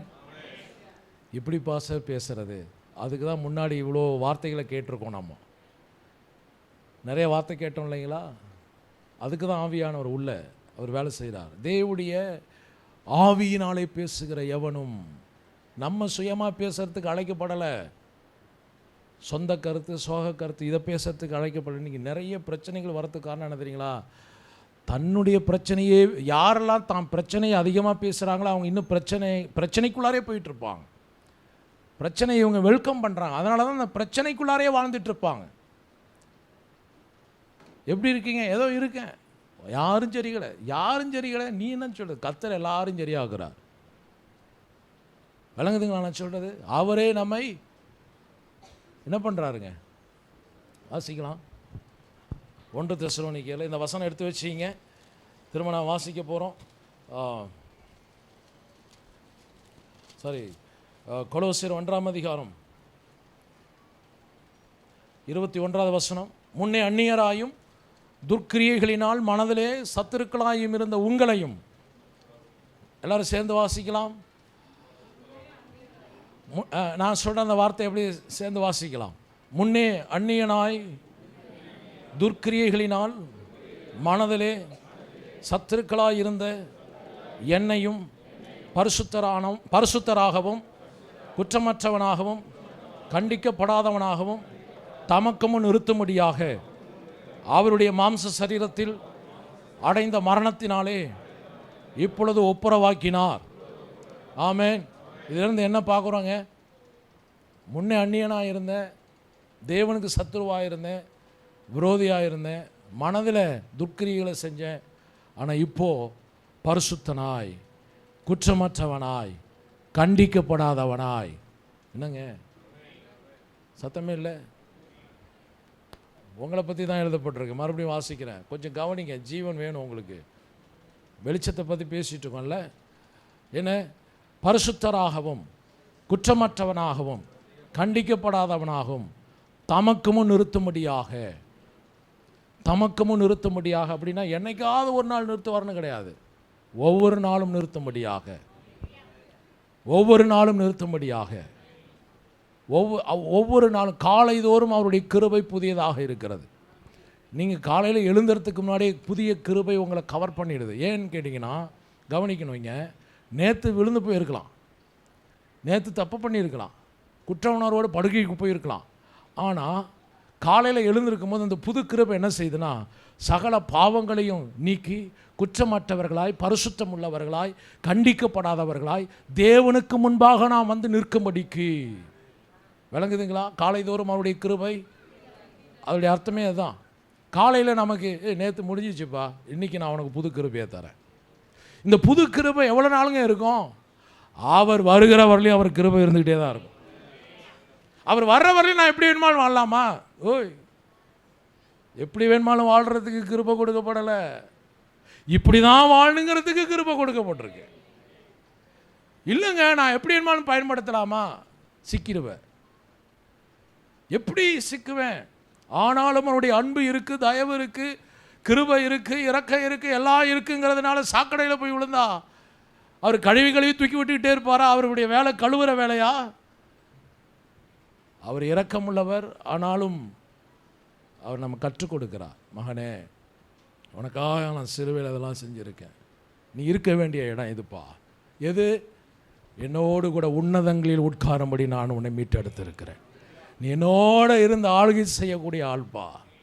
என் சிந்தையில் நீ சிந்திக்க வேண்டிய ஆள், நான் பேசுகிறத பேச வேண்டிய ஆள், என் நாமத்தினால் ஆண்டு கொள்ள வேண்டிய ஆள். நீ திரும்ப நீ இந்த நிலைமைக்கு போகலாமா? வேண்டாம், அது தகுதி இல்லை. தேவன் இப்படி தான் நம்மேல் அவர் தம் கிருபையை காலைதோறும் அனுப்பி கொண்டே இருக்கிறார்.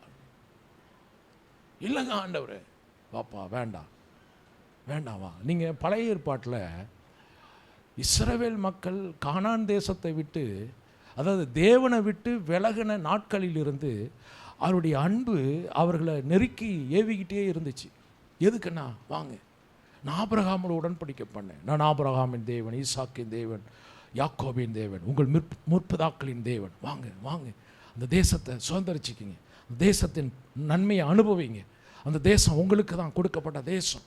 அந்த தேசத்துக்கு வாங்கன்னு கூப்பிட்டுக்கிட்டே இருந்தார். கொஞ்ச நாள் வருவான், கொஞ்ச நாள் ஓடி போயிடுவான், கொஞ்ச நாள் வருவான், கொஞ்ச நாள் ஓடி போவான்.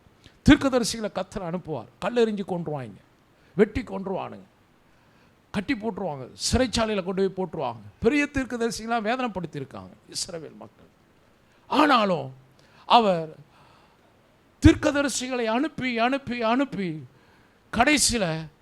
கடைசி தீர்க்கதரிசி, பழைய ஏற்பாட்டின் கடைசி தீர்க்கதரிசி, புதிய ஏற்பாட்டின் அந்த முதல் தீர்க்கதரிசி யார் என்றால் யோவான் ஸ்நானகன். அவரையும் வெட்டி கொண்டுட்டாங்க. பைபிள் வாட்சி பாருங்க.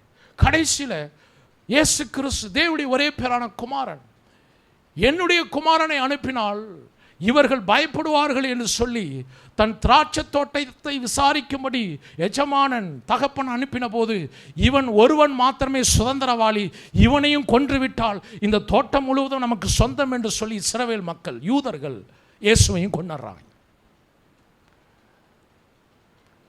இயேசுவை கொன்ற பிறகு நடந்த சம்பவம் என்னவென்றால், முதல் எருசலேமில் இருந்து தான் சுவிசேஷம் பரவியது. ஆமென், பிரைஸ் தி லார்ட். அதோடைய வேல்யூ என்னன்னு தெரியாமல் உட்காந்து சும்மா ஆமேங்கிறீங்க.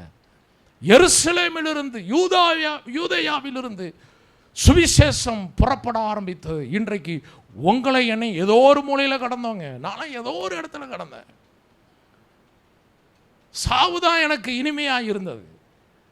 அந்த இடத்துல இருந்த என்னை எருசலேமிலே துவங்கின கிறிஸ்துவின் சுவிசேஷத்தின் ஜீவன் உள்ள வல்லமை என்னை வந்து தாக்கின பொழுது எனக்குள் கிறிஸ்துவின் ஜீவன் பிரவேசித்தது. அதே போலதான் உங்கள் ஒவ்வொருவருடைய வாழ்க்கையில், எங்கோ இருந்த உங்கள் வாழ்க்கையில் கிறிஸ்துவின் சுவிசேஷத்தின் அந்த ஒளி, வல்லமை, ஜீவன் உங்கள் ஆவியை வந்து தொட்ட மாத்திரத்தில் மரித்த மனுஷன் உயிரோடு எழும்புவது போல எழுந்து நின்று கர்த்தர் நல்லவர் என்று நாம் துதித்துக் கொண்டிருக்கிறோம். ஹல்லேலூயா, பிரைஸ் தி லார்ட்.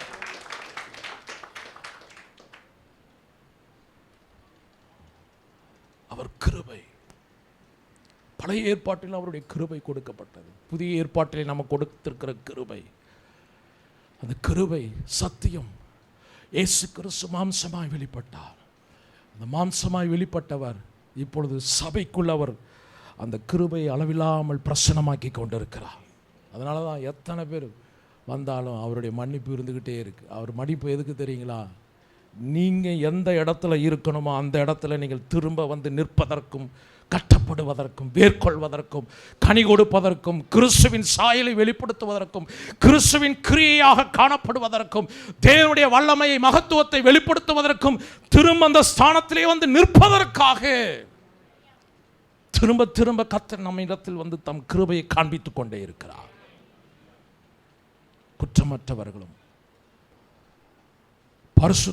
பரிசுத்தராகவும் குற்றமற்றவர்களாகவும் கண்டிக்கப்படாதவர்களாகவும் தமக்கு முன்னிறுத்திக் கொள்வதற்கு அவருடைய மாம்ச சரீரத்தில் அடைந்த மரணத்தினாலே.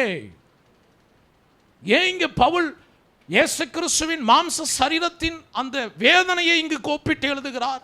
அவருடைய மாம்ச சரீரத்தில் அடைந்த மரணத்தினாலே என்றால் என்ன? நாம் கண்டிக்கப்பட வேண்டும், நாம் தண்டிக்கப்பட வேண்டும், நாம் தூக்கு மரத்தில், சிலுவை மரத்தில் தொங்கவிடப்பட வேண்டும், அணு அணுவாக நாம் தண்டிக்கப்பட வேண்டும். ஆனால் இயேசு கிறிஸ்து நாம் இருக்க வேண்டிய இடத்தில் அவர் நம்மை விலக்கி அவர் அந்த இடத்தை எடுத்துக்கொண்டபடினால் அந்த மரணத்தின் மூலம், அவருடைய மரணத்தின் மூலம் இப்பொழுது நாம் ஒன்றும் அறியாத இயேசு கிறிஸ்துவின் மூலம் எல்லா தந்திரங்களையும் அறிந்த நம்முடைய தந்திரங்களை எல்லாம் சிலுவையில் அவர் கொலை செய்து நம்மை பிதாவோடு கூட ஒப்புரவாக்கி விட்டார். பிதாவாகிய தேவன் எப்படி பார்க்கிறார்? என் பிள்ளைங்க பரிசுத்தர்கள், என் பிள்ளைங்க குற்றமற்றவர்கள், இன்னசென்ட்பா, என் பிள்ளைக்கு பொய் பேசவே தெரியாது.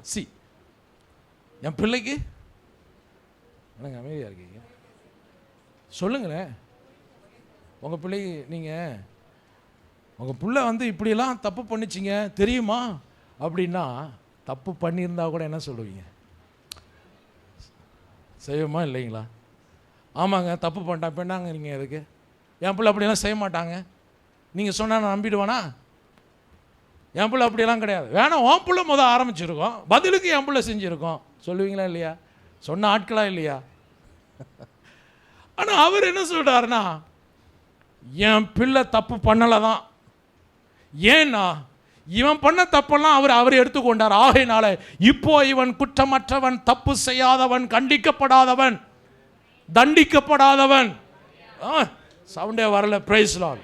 தண்டிக்கப்படாதவன், குற்றமற்றவன், பரிசுத்தன், இன்னசென்ட். என் பிள்ளைக்கு ஒண்ணுமே தெரியாது, பொய் பேச தெரியாது, திருட தெரியாது, கெட்ட வார்த்தை பேச தெரியாது, சண்டை போட தெரியாது, கோபம் பண்ண தெரியாது, முரட்டாட்டம் பண்ண தெரியாது, ஒண்ணுமே தெரியாது. என் பிள்ளை எப்போதும் எனக்கு முன்னாடி நிற்கிற பிள்ளை. ஆமென், ஹல்லேலூயா. நம்ப முடியுதுங்களா? இதுதான் சத்தியம். அப்படின்னா என்னாலும் செஞ்சுட்டு வந்து இங்கே நிற்கிறதுக்கு இங்கே வேதம் சொல்லலை. என் பிள்ளை இப்படி தான். ஏனென்றால் என்னால் பெற்றெடுக்கப்பட்ட பிள்ளை. தேவனுடைய பிள்ளைகள் எப்படி பிறந்தவர்கள் நான் வாசிக்கலாம். யோவான் 1:12 வசனம். யோவான் 1:12 எடுத்தவர்கள் வாசிக்கலாம். அவருடைய நாமத்தின் மேல் விசுவாசம் உள்ளவர்களாய் அவரை ஏற்றுக்கொண்டவர்கள் எத்தனை பேர்களோ அத்தனை பேர்களும் தேவனுடைய பிள்ளைகளாகும்படி அவர்களுக்கு அதிகாரம் கொடுத்தார். அத்தனை பேர் மேலும் ஒரு அதிகாரம் வேலை செய்து கொண்டிருக்கிறது. அது என்னவென்றால், நான் தேவனுடைய பிள்ளை. நீங்களா ஆண்டுடைய பிள்ளையா? ஆமா, நான் ஆண்டுடைய பிள்ளை. நீ நிறைய பேர் பேசுறாங்க, செஞ்சா என்ன தப்பு, பேசுனா என்ன தப்பு, இடிச்சா என்ன தப்பு, ட்ரெஸ் போட்டா என்ன தப்பு, நிறைய இன்னைக்கு வருது, மெசேஜ்லாம் வருது. அப்படிதான் நாங்கள் இருப்போம். இந்தியாவை அப்படிதான் மாற்ற போகிறோம். அது கேட்கும் போது எனக்கு சிரிப்பாக வரும். ஓய், உன் தலையெழுத்தையே கர்த்தர் மாற்றி வச்சிருக்கிறார் ஐயா. எங்க மூலம் தான் நீ மாற போற. விளங்குதுங்களா? பிரைஸ்லாம். ஹலோ, புரியுதுங்களா? புரியல நிறைய பேருக்கு. எங்க மூலம் தான் நாங்கள் மாற்ற போறோம்னு நினைக்கிற ஆளு எங்களை பார்க்கும் போதே நீ மாறிடுவ. ஏன்னா எங்களுக்குள்ள இருக்கிற ஜீவன் அப்படிப்பட்ட ஜீவன். ஆமென், ஹல்லேலூயா. நாங்கள் எந்த ட்ரெஸ்ஸையும் போட வேண்டிய அவசியம் இல்லை. எங்களுடைய ட்ரெஸ் எல்லாம் அவரை நாங்கள் தரித்திருக்கிறோம். அவரே எங்களுடைய ஆடையாக இருக்கிறார்.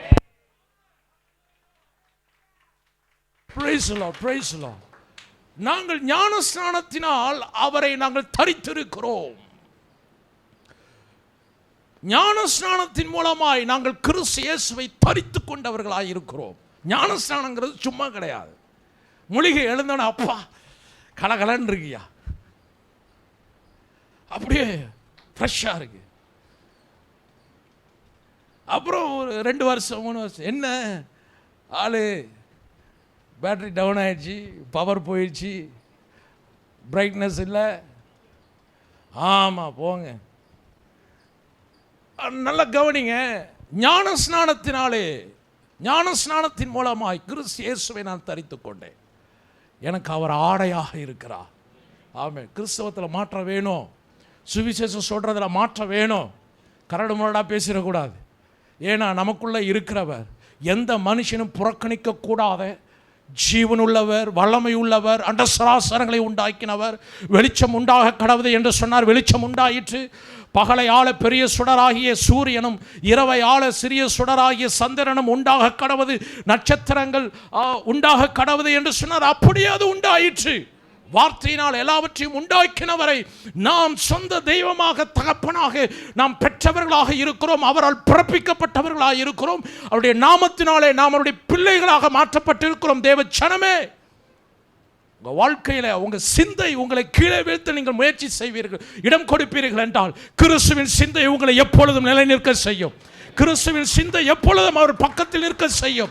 அவரோடு கூட ஆளுகை செய்ய முடியும். உங்களுக்கு அது உரிமை பாராட்டி கொண்டே இருக்கும். ஹல்லேலூயா. ஒன்றும் உங்களை மேற்கொள்ளவே முடியாது. அத்தனை பேர்களும் தேவனுடைய பிள்ளைகளாக முடியும். உங்கள் வீட்டில் உள்ளவங்க ரட்சிக்கப்படாதவங்கெல்லாம் தேவனுடைய பிள்ளையாக மாறட்டும். அவங்க தேவனால் சிருஷ்டிக்கப்பட்டவங்க, உண்டாக்கப்பட்டவங்க தான். என்ன ஒரு மாற்றம்னா, என்ன ஒரு வித்தியாசம்னா, அவங்க என்ன இயேசுவின் நாமத்தின் மேல் விசுவாசத்தை வைக்கலை. விசுவாசம் வச்சுட்டாங்கன்னா தேவனுடைய பிள்ளையா மாறிடுவாங்க. தேவனுடைய பிள்ளையா மாறிட்டா பரிசுத்தம் உள்ளவர்கள், குற்றம் சாட்டப்படாதவர்கள், கண்டிக்கப்படாதவர்களாக எப்பொழுதும் அவருக்கு முன்பாக நிற்கும்படிக்கு அவர் கிறிஸ்துவின் இரத்தத்தினாலே அவர் பரிசுத்தமாக்கி நம்மை அவரோடு கூட எப்பொழுதும் ஒப்புரவாக்கிற நிலையிலேயே நம்மை பார்த்து கொண்டிருப்பார். ஆமென். கர்த்தர் நல்லவர். Price the Lord. சொல்லுங்க, கர்த்தர் நல்லவர். வாசிக்கலாம் 1 கொரிந்தியர் 12ஆம் அதிகாரம் 2வது வசனத்திலிருந்து. 2வது வசனம். அஞ்ஞானிகளாய் இருந்தபோது ஏவப்பட்டபடியே ஊமையான விக்கிரகங்களிடத்தில் மனதை செலுத்தினீர்கள் என்று உங்களுக்கு தெரியுமே. இன்றைக்கி சொல்கிறேன், உங்கள் மனசை திரும்ப பழசுக்கு கொண்டு போகாதீங்க. அதெல்லாம் செத்து போனதை நீங்கள் உயிர்ப்பிக்க முடியவே முடியாது. எல்லாம் முடிந்தது என்று சொல்லி எதையெல்லாம் இயேசு சிலுவையிலே ஆணி அடித்து கொலை செய்தாரோ உங்களால் உயிர் பெற பண்ண முடியாது. செத்து போனதுதான். செத்த கிரியைகளுக்கு நீங்களாகும் மனம் திரும்புதல். எபிரேயர் 1ஆம் அதிகாரம் 6ஆம் அதிகாரம் 1ஆம் வசனத்தில் வாசிக்கிறோம். செத்த கிரியைகள் நீங்க நாம் மனம் திரும்ப வேண்டும். செத்த கிரியைகளுக்கு மறுபடியும் நீ உடன்படாத. யாராவது ஒருத்தர் வாசிக்கலாம். ஆகையால் கிறிஸ்துவை பற்றி சொல்லிய மூல உபதேசங்களை நாம் விட்டுவிட்டு செத்த கிரியைகளுக்கு நீங்களாக மனம் திரும்புதல். கவனிங்க, செத்த கிரியைகளுக்கு நீங்களாகும் மனம் திரும்புதல். நீங்களாகும் மனம் திரும்புதல். செத்த கிரியைகளிடத்தில் போய் வாழ்றது வேண்டாம். மனம் திரும்பு. அதுதான் இங்கே எபிரேயரில் வாசிக்கிறோம். ஆகினால் இங்கே நாம் வாசித்தோம் 1 கொரிந்தியர் 12:2 கடைசியிலே ஊமையான விக்கிரகங்களிடத்தில் மனதை செலுத்தினீர்கள் என்று உங்களுக்கு தெரியுமே. நீங்கள் கவனிக்க வேண்டிய இந்த வார்த்தைக்கு மேலே எனக்கு அடுத்த வார்த்தை வாசிக்க தோணலை. எனக்கு இதை கொஞ்சம் நான் விளக்கம் கொடுக்க விரும்புகிறேன். ஊமையானவைகள், செத்தவைகள், கிரியை செய்யாதவைகளின் மேல் உங்கள் மனதை செலுத்தினீர்கள். ஆனால் கிறிஸ்துவின் ஜீவனை பெற்றிருக்கிற நீங்கள் அந்த ஜீவன் பரிபூர்ணப்படும்படிக்கு உங்களுக்குள் ஊழியம் செய்து கொண்டிருக்கிற கிறிஸ்துவின் ஆவியானவர், அவருக்கு நீங்கள் இடம் கொடுக்கும்போது உங்கள் மனது, உங்களுடைய சிந்தை, உங்களுடைய எண்ணங்கள் நீங்கள் நினைக்கிறதாக இருக்காது. நீங்கள் நினைப்பதற்கு மேலே இருக்கும். நீங்கள் நினைப்பதற்கு மேலே என்றால் அவர் நினைக்கிறதில் நீங்கள் நினைப்பீர்கள். அவர் நினைக்கிறபடி நீங்கள் நினைக்க ஆரம்பிப்பீர்கள். Price the Lord. ஆகையினாலே விக்கிரகத்தில் மனதை செலுத்தினீர்கள் என்று உங்களுக்கு தெரியுமே. இப்போ உங்களுக்கு தெரிந்து கொள்ள வேண்டிய ஒரு சத்தியம் என்னவென்றால், நீங்கள் செத்தவைகளுக்கு அல்ல, உயிரோடு இருக்கிறவராக நித்தியமாய் இருக்கிறவராகிய உயிர்த்தெழுந்த இயேசு கிறிஸ்துவின் இடத்தில் உங்கள் மனதை செலுத்துங்கள், உங்கள் சிந்தையை செலுத்துங்கள். ஆமென். Praise the Lord. அதுக்கு தான் வேதத்தை வாசிக்கணும். அதுக்கு தான் திரும்ப செய்தியை கேட்கணும். ஹல்லேலூயா. தொடர்ந்து நம்ம வாசிக்கிறோம் 3வது வசனம். ஆதலால் தேவனுடைய ஆவியினாலே பேசுகிற எவனும் இயேசுவை சபிக்கப்பட்டவன் என்று சொல்ல மாட்டான் என்றும், பரிசுத்த ஆவியினாலே அன்றி இயேசுவை கர்த்தர் என்று ஒருவனும் சொல்லக்கூடாது என்றும் உங்களுக்கு தெரிவிக்கிறேன். பரிசுத்த ஆவியானுடைய பங்கு பார்க்கிறோம். தேவனுடைய ஆவியினாலே பேசுகிற எவனும் இயேசுவை சபிக்கப்பட்டவன் என்று சொல்ல மாட்டான் என்றும், பரிசுத்த ஆவியினாலேயே அன்றி இயேசுவை கர்த்தர் என்று ஒருவனும் சொல்லக்கூடாது என்றும் உங்களுக்கு தெரிவிக்கிறேன். கடைசியாக நாம் வாசித்தோம், வரங்களில் வித்தியாசங்கள் உண்டு, ஆவியானவர் ஒருவரே. ஊழியங்களிலேயும் வித்தியாசங்கள் உண்டு, கர்த்தர் ஒருவரே. கிரியைகளிலேயும் வித்தியாசங்கள் உண்டு, எல்லாருக்குள்ளும் எல்லாவற்றையும் நடப்பிக்கிற தேவன் ஒருவரே. அவனுடைய ஆவியினுடைய அனுக்கிரகம் அவனுடைய பிரயோஜனத்திற்கென்று அளிக்கப்பட்டிருக்கிறது. Price the Lord. ஆவியானவருடைய அனுக்கிரகம் இன்றைய இரட்சணிய நாள், இன்றைய அனுக்கிரக காலம், இன்றைய இரட்சணிய நாள், இன்றைய அனுக்கிரக காலம். ஃபேவர், அனுக்கிரகம் என்பது தயவு. ஆவியானவருடைய தயவு அவனுடைய பிரயோஜனத்திற்கென்று கொடுக்கப்படுகிறது. பரிசுத்த ஆவியானவர் எல்லாருக்கும் கொடுக்கப்பட்டிருக்கிறார். எல்லாருக்குள்ளாரையும் ஒரே ஆவியானவர் செயல்பட்டு இருக்கிறார். இந்த ஒரே ஆவியானவர் என்ன செய்கிறார்னா, ஒவ்வொருவருக்கும் தன்னுடைய தயவை அவர் காண்பித்து கொண்டே இருக்கிறார். வாசிக்கலாம். ஆவியினுடைய அனுக்கிரகம் அவனுடைய பிரயோஜனத்திற்கென்று அளிக்கப்பட்டிருக்கிறது, கொடுக்கப்பட்டிருக்கிறது. இந்த தம்பி இருக்கிறார்னா இவருக்கு கொடுக்கப்பட்டிருக்கிற அந்த அனுக்கிரகம், தயவு, ஆவியானவரால் கொடுக்கப்பட்ட தயவு எதற்கு? அவருடைய பிரயோஜனத்திற்கென்று. பிரயோஜனம் என்பது பயன்படுத்தக்கூடிய தேவனுடைய வரம். விளங்குதுங்களா? கிஃப்ட் என்பது நாம் பயன்படுத்த இடம் கொடுக்க வேண்டும். டோட்டலாக பார்க்கும்போது ஆவியானவருக்கு நம்ம இடம் கொடுக்கணுங்க. ஆவியானவர் என்ன செய்வார்? அவர் எல்லாவற்றையும் செய்யக்கூடியவர். விளங்குதுங்களா? ஜலத்தின் மேல் அசைவாடி கொண்டிருந்தார். ஆதியாகமம் 1 வாசிக்கிறோம்ல, 2ஆம் வசனத்தில் ஆவியானவர் ஜலத்தின் மேல் அசைவாடி கொண்டிருந்தார். அப்போ அதே லூக்கா 1ஆம் அதிகாரத்துக்கு வரும்போது மரியாளுக்கு கேப்ரியேல் தூதன் சொன்னார், பரிசுத்த ஆவியானவர் உன்மேல் நிழலிடுவார். Price the Lord. இயேசு கிறிஸ்து அவர் ஞானஸ்நானம் எடுத்து கரையேறும் பொழுது புறாவை போல பரிசுத்த ஆவியானவர் இறங்கி வந்தார். Price the Lord. அப்போ பரிசுத்த ஆவியானவர் மாற்றங்களை உண்டாக்கக்கூடியவர். நம்ம கேட்க போகிறோம், அடுத்து நம்ம கேட்க போகிறோம். இதெல்லாம் அனாயிட்டிங்கிறது சாதாரண அல்ல. ஹல்லேலூயா. நிறைய காரியங்களை நம்ம கற்றுக்கொள்ள போகிறோம். அப்போ அவனுடைய ஆவியானவருடைய அனுக்கிரகம் அவனுடைய பிரயோஜனத்திற்கென்று கொடுக்கப்பட்டிருக்கிறது. இப்போ இந்த ஃபஸ்ட்டு பிளேஸில் உட்கார்ந்து இந்த தம்பிக்கு கர்த்தர் அனுக்கிரகம் ஆவியானவரால் கொடுக்கப்பட்டிருக்கிறது. எதற்கென்றால் அவர் தேவன் கொடுத்திருக்கிற அந்த தயவின், அந்த வரமாகிய தயவின் எல்லா நன்மைகளை இவர் பயன்படுத்தி கொள்ள வேண்டும். அதே மாதிரி இங்கே எல்லாருமே என்னையும் சேர்த்து தான் இந்த ஆவியானவருடைய அனுக்கிரகத்தை பயன்படுத்துவது எதற்கு என்றால், தேவன் அவர் விரும்புகிறதை நாம் செய்யும்படிக்கு. நான் இப்படி சொல்கிறேன், அந்த வர நாட்களில் அதை கொஞ்சம் தெளிவாக பார்க்க போகிறோம். சுருக்கமாய் உங்களுக்கு இன்றைக்கு, ஏன்னா டைம் இல்லாதனால சுருக்கமாய் நான் சொல்லக்கூடிய வார்த்தை, தேவன் கொடுத்திருக்கிற அந்த அனுகிரகத்தை, அதாவது அந்த தயவை இவர் பயன்படுத்தாமல் நிறுத்துவார் என்றால் தேவனுடைய நன்மைகளுக்குள் இவர் வாழ முடியாது. பொதுவான ஆசீர்வாதங்களை, நன்மைகளை அனுபவிக்கலாம். மழை, காற்று, தண்ணீர், மற்றபடி உங்கள் சரீரத்துக்கு தேவையான ஆகாரம், ட்ரெஸ்ஸு, ஆரோக்கியம், இதெல்லாம் பொதுவாக அனுபவிக்கலாம். சிக்காயிட்டா டாக்டர்கிட்ட போய் பார்க்கலாம், மெடிசன் எடுத்தது சரியாயிடும், இதெல்லாம் உண்டு. ஆனால் ஆவியானவருடைய அனுக்கிரகம் என்பது இந்த உலகத்திற்கு உரியதல்ல. அது உன்னதத்தில் உள்ள தேவ ஆவியானவருடைய வரங்கள், வல்லமை, இவைகள் அடங்கியது. யாராவது ஒரு வாசிக்கலாம், எபேசியர் 1ஆம் அதிகாரம் 3ஆம் வசனம். ஹல்லேலூயா.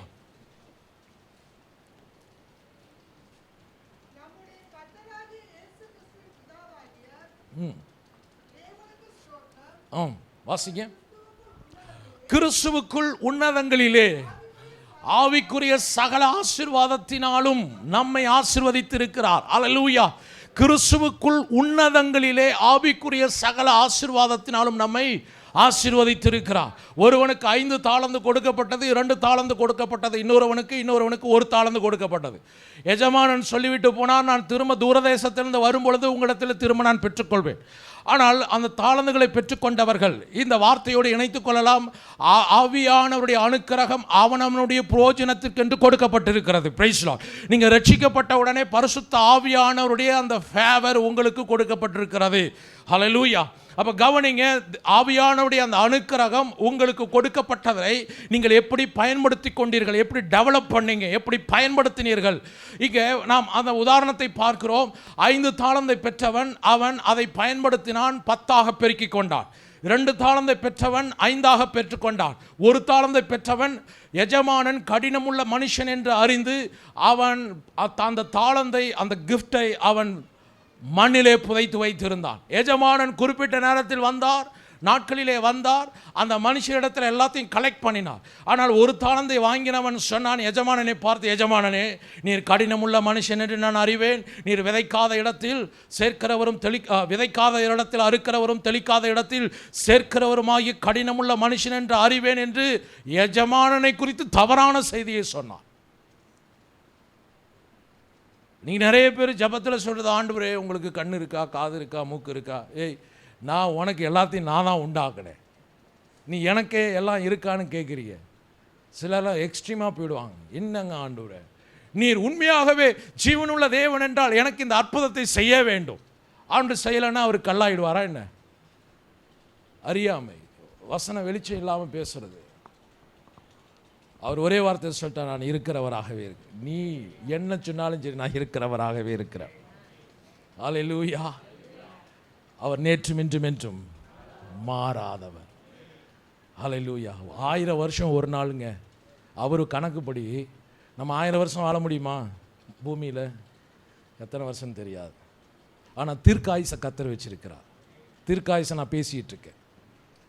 யாக்கோபு தாவீதெல்லாம் பூரண வயசில் வந்து மரிச்சானான். அந்த வாழ்க்கையை நான் விரும்புகிறேன். அந்த வயசை நான் விரும்புகிறேன். பூரண வயசு. ஆமே. ஏங்க உண்மைங்க. ஆமாம், இருக்கிறத விட செத்தா நல்லது. நிறைய பேர் இதை தான் பேசுகிறாங்க. ஆண்டுடைய பிள்ளைகளே, சாவை யாரெல்லாம் வெல்கம் பண்ணுறீங்களோ அவங்க வாழ்க்கையில் பாருங்கள், வியாதி பின்னாடி தொடர்ந்து வந்துக்கிட்டே இருக்கும். வியாதி இருந்துக்கிட்டே இருக்கும். சரி, ஏன்னா சாவை பேசிட்டான்ல. சாவுக்கு காரணம் ஏதாவது ஒரு வியாதி தொத்தி இருக்கும். என்னங்க இவர் வெளிப்படையாக டாக்டர்கிட்ட போகும்போது, உங்களுக்கு இந்த வியாதி இருக்குங்க, வாழ்க்கை ஃபுல்லாக மருந்து சாப்பிடுங்க. அப்படிங்களா டாக்டர்? சரிங்க. ஒவ்வொரு நாளும் 10 மாத்திரை சாப்பிட்றேங்க. பெருமையாக பேசுவார், பிரியாணி வாங்கி சாப்பிட்ற மாதிரி. ஆனால் ஆண்டு சொல்கிறாரு, தீர்க்காயுசை உனக்கு வச்சிருக்கேன், உனக்கு நீடித்த ஆயுசு நாட்களை வச்சிருக்கிறேன், முதிர் வயதில் கனி தந்து பசுமையும் புஷ்டியுமா இருப்பாய். அருமையான வார்த்தை இல்லையா? உன்னை யார் கிழவன்னு சொன்னது? உன்னை யார் பாட்டின்னு சொன்னது? ஆனால் நீ முதிர் வயதிலும் கனி தந்து பசுமையும், வசனம் வரல இல்லை, புஷ்டியுமாய் இருப்பாய். Price the Lord. யாரும் உங்களுக்கு வந்து குச்சி கொடுக்க வேண்டிய அவசியம் இல்லை, கை கொடுக்க வேண்டிய அவசியம் இல்லை. பலத்தின் மிகுதியினால், 80 வயசுலாம் சொல்ல வேண்டாம், பலத்தின் மிகுதியினால், அவ்வளோதான், பூரண வயசு. ஆமேன். என்னங்க இருக்கீங்களா? சொல்லுங்களேன். பலத்தின் மிகுதியினால் நான் பூரண வயது. ஆமேன். Praise the Lord. பலத்தின் மிகுதியினால். அதை நான் அறிக்கை பண்ணணும். தப்பாக அறிக்கை பண்ணிட்டு கடைசியில் ஆண்டவர் இந்த வியாதியை அனுப்பிட்டாருன்றான். இந்த வியாதியை வர வச்சதே இவங்க தான். அதெல்லாம் இந்த மறந்துருப்பாங்க. கடைசியில் ஆண்டவர்கிட்ட எவ்வளோ ஜெபம் பண்ணுறேன், சுகமாக்க மாட்டேங்கிறார். ஆண்டவரே, இந்த தாழ்மையை நோக்கி பார்த்து இந்த வியாதியின் மூலம் எனக்கு நீர் பரிசுத்தத்தை கட்டளை இடுகிறீர் அப்படின்றான் கடைசியில். ஆமேனா? ஏய்,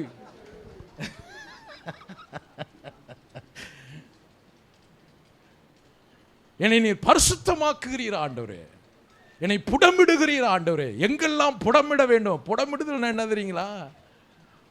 கோல்டை வந்து அக்னியில் போடுவாங்கல்ல, நெருப்பில் போட்டு உருக்கி மெல்ட் ஆக்கி அதில் உள்ள அந்த அசடெல்லாம் வெளியே எடுப்பாங்க. இவரை நெருப்பில் போட்டால் என்ன? என்னை புடமிடுவீராக. தெரியாமல் பேசிகிட்டு இருக்கடாப்பா. நான் உன்னை புடமிட்டேனா நீ தாங்க மாட்டேன். பிரேசால் எலும்பு ஒரு துண்டு கூட இருக்காது. தெரியாமல் பேசுறது. ஆண்டவர் சொல்லுகிறார் சங்கீதத்தில் வாசிக்கும், கர்த்தருடைய வார்த்தை மண்குகையில் 7 முறம் புடமிடப்பட்ட சுத்த வெள்ளிக்கு ஒப்பான சொற்களாக இருக்கிறது. கர்த்தருடைய வார்த்தை புடமிடப்பட்ட, சோதிக்கப்பட்ட, எல்லாம் ஃபில்டர் பண்ணி ஆண்டவர் எந்த வார்த்தையை உங்களுக்கு எனக்கும் கொடுக்கணுமோ அந்த வார்த்தையை தான் கொடுத்திருக்கிறார்.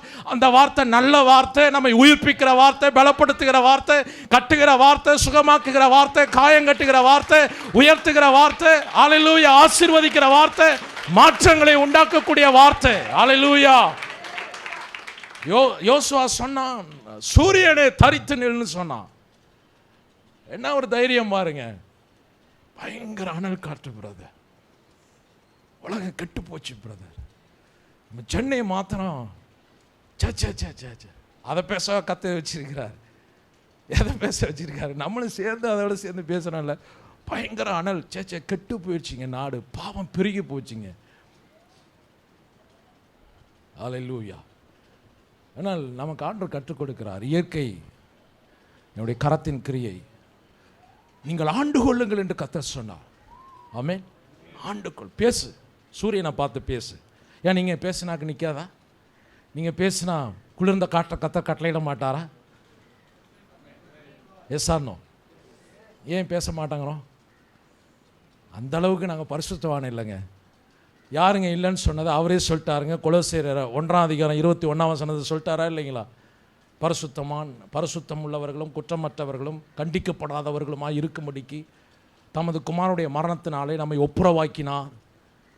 இவ்வளோ வேலை செஞ்சவரை பார்த்துட்டு இதெல்லாம் கேட்டுட்டு நம்ம ஜெபத்தை கர்த்தர் கேட்பாரா? ஒன்றுமே பண்ண முடியாது. இந்த மாதிரி ஆட்களை ஒன்றும் பண்ண முடியாது.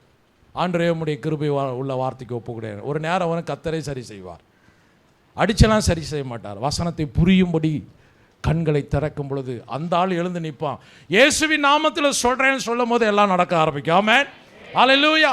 உங்களுடைய குற்ற எண்ணங்களும் உணர்வுகளும் நீங்கள் கீழே விழும்படி செயல்பட நீங்கள் இடம் கொடுக்காதபடிக்கு கர்த்தருடைய கிருபையை சார்ந்து கொள்ளுங்கள், ஆவியானுடைய அனுக்கிரகத்தை சார்ந்து கொள்ளுங்கள். அவனுடைய பிரயோஜனத்திற்கென்று கொடுக்கப்பட்டிருக்கிறது.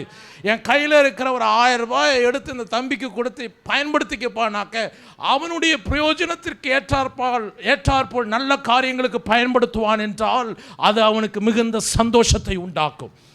அந்த பணத்தை கொண்டு தேவையில்லாத கெடுக்கக்கூடிய தனக்கு துக்கத்தை உண்டாக்கக்கூடிய காரியங்களுக்கு செலவு பண்ணுவான் என்றால் அந்த பணம் அவன் செலவு பண்ண விதத்திலே அவனுக்கு பாதிப்பை உண்டாக்கும். ஆனால் கர்த்தருடைய ஆவியானுடைய அனுக்கிரகம், அந்த தயவு, கிருபை, பலன் எல்லாம், வல்லமை எல்லாம் எதற்கு என்றால் இந்த பூமியில் நீ பயன்படுத்து, இயேசுவின் நாமத்தில் பயன்படுத்து. ஹலோ, இயேசுவின் நாமத்தில் பயன்படுத்து. எதற்கு பாஸ்டர் பயன்படுத்தணும்?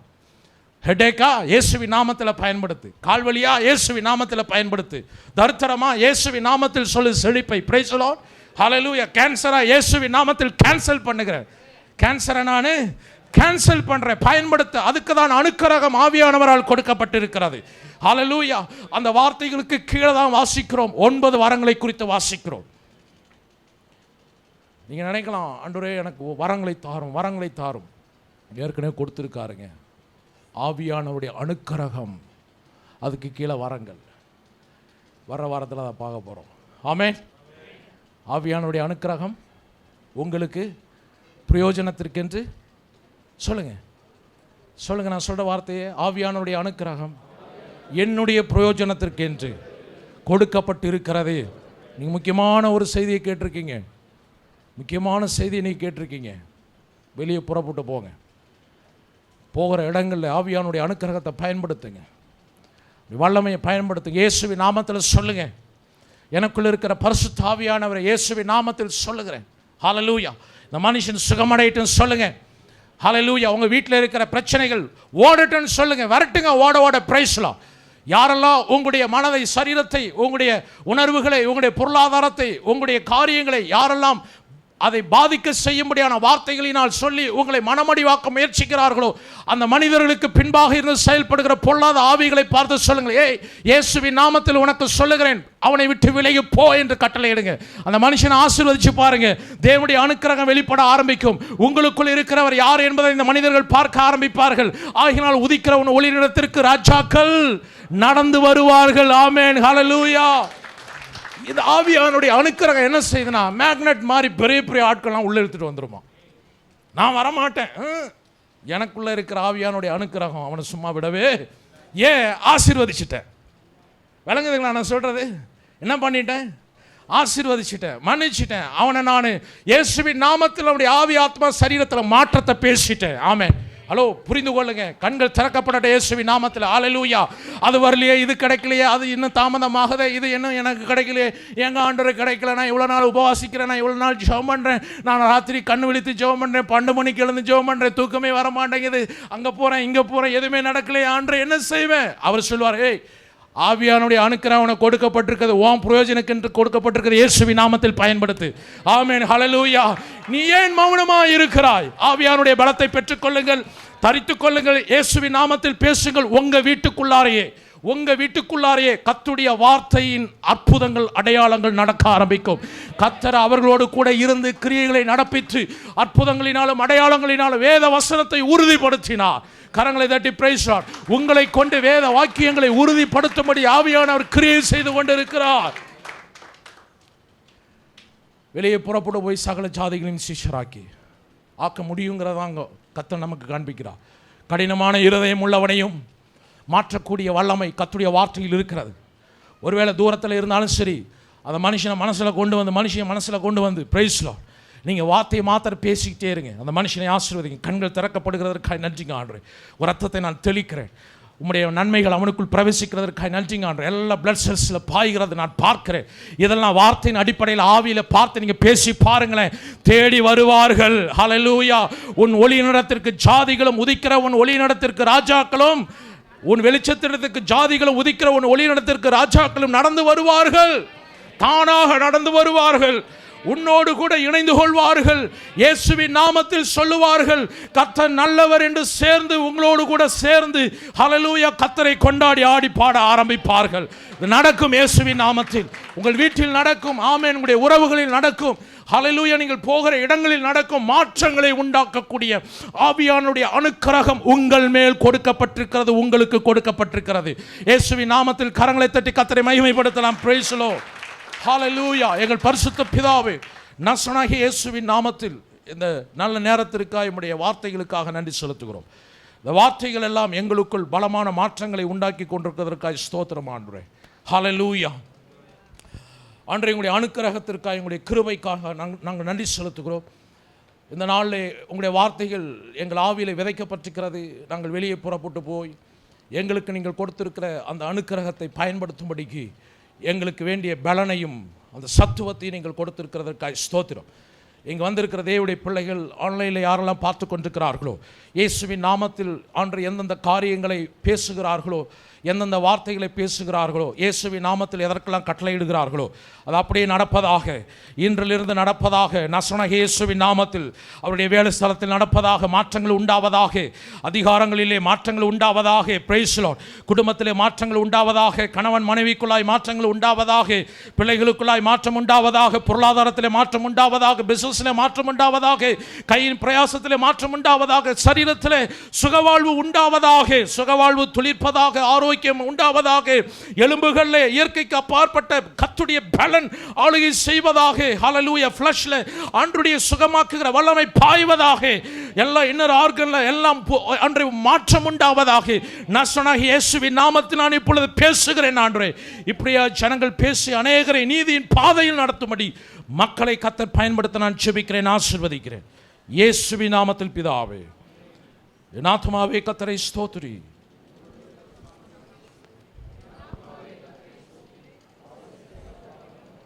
ஆமென்.